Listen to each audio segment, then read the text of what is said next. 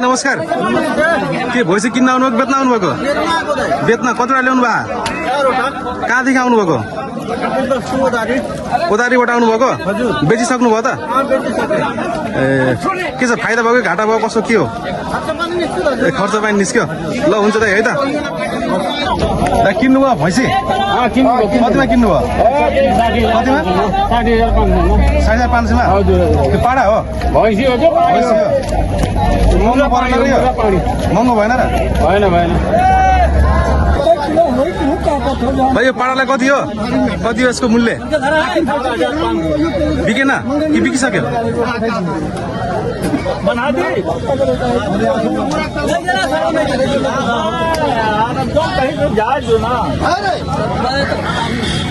अरे हमरो नहीं यार कुछ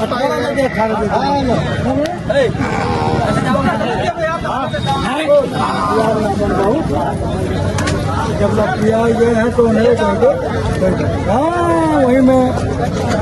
15 मांगता है किया है तो हम घर वहाँ पे ला बार्गेनिङ चलिरहेको छ यति बेला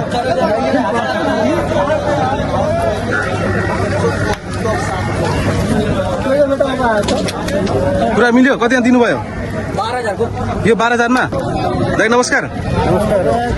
के लिन आउनुभएको दाइ कहाँदेखि आउनुभएको नि रुद्रपुरदेखि कुरा मिलेन हेर्दै हुनुहुन्छ भाडाहरू धेरै आहान के होइन प्रत्येक सोमबार आउनुहुन्छ हजुर ल पहिलो हप्ता आउनुभएको दाइ नमस्कार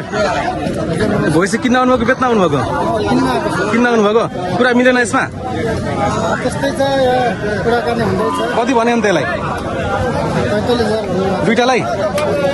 साउजी को हो त ओ साउजी नमस्कार कति भन्नुभयो यसलाई त्यो पाडालाई यसको प्राइस कितना है मूल्य 45,000 महँगा नभए महँगा नै कहाँदेखि आउनुभएको नि दाइ हजुर हरैयाबाट हरैयामा लाग्छ होइन र बजार त्यहाँ अलि महँगो चाहिँ कसो ए यहाँ पनि महँगो नै छ है